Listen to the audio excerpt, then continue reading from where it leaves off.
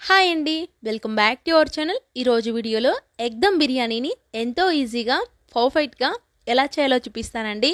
ఈ బిర్యానీ పిల్లల నుంచి పెద్దవాళ్ళ వరకు చాలా ఈజీగా చేసేస్తారు. చాలా పొడి పొడిగా బాగా వస్తుందండి. తప్పకుండా మీరైతే ట్రై చేయండి.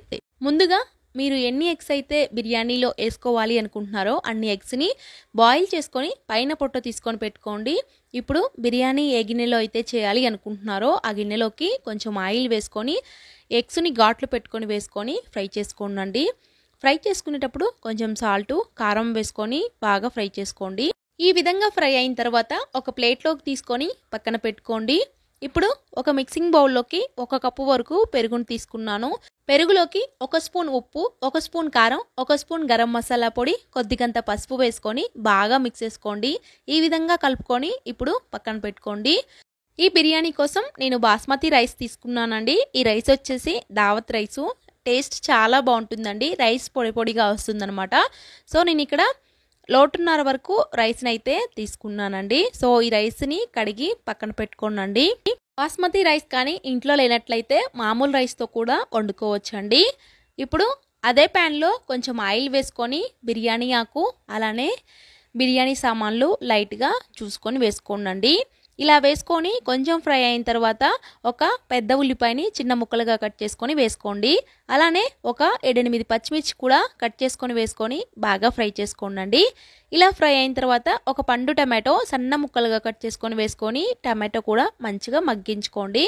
ఇలా సగం మగ్గిన తర్వాత ఫ్రెష్గా కొత్తిమీర అలానే పుదీనా కూడా వేసుకొని బాగా కలుపుకోవాలి.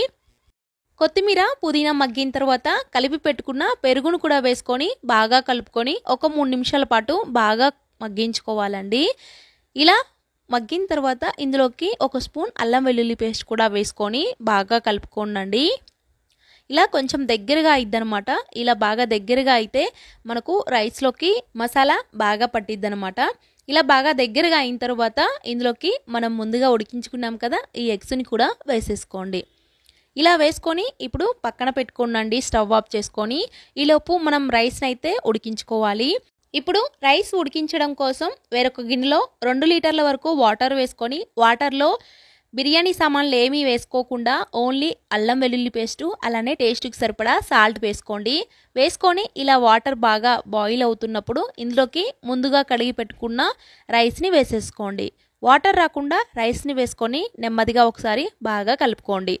ఈ రైస్లో నేను ఇంకా ఎటువంటి బిర్యానీ దినుసులు అయితే వేయట్లేదు. ఇలా రైస్ని ఒక 75% వరకు ఉడికించుకోవాలండి. రైస్ మెత్తగా అవ్వకుండా చూసుకోండి. సో రైస్ అయితే నాకు ఇక్కడ ఉడికిపోయిందనమాట. సో వాటర్ ఏమీ రాకుండా రైస్ని ఇలా ఒక గిన్నెలోకి తీసుకొని పక్కన పెట్టుకోండి. ఇప్పుడు స్టవ్ ఆన్ చేసుకొని మసాలా మిశ్రమాన్ని 1 నిమిషం పాటు బాగా కలుపుకొని ఎగ్స్ని సమానంగా అనుకొని ఈ రైస్ని పొడి పొడిగా చల్లుకోండి.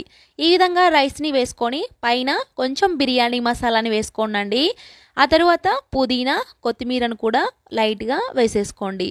అలానే 3 టేబుల్ స్పూన్స్ వరకు నెయ్యి అలానే రైస్ ఉడికించుకున్న వాటర్ని కూడా 1/2 కప్పు వరకు చుట్టూ వేసేసుకోండి. మీరు కావాలంటే ఫుడ్ కలర్ వేసుకోవచ్చు. నేనైతే వేసుకోవట్లేదండి.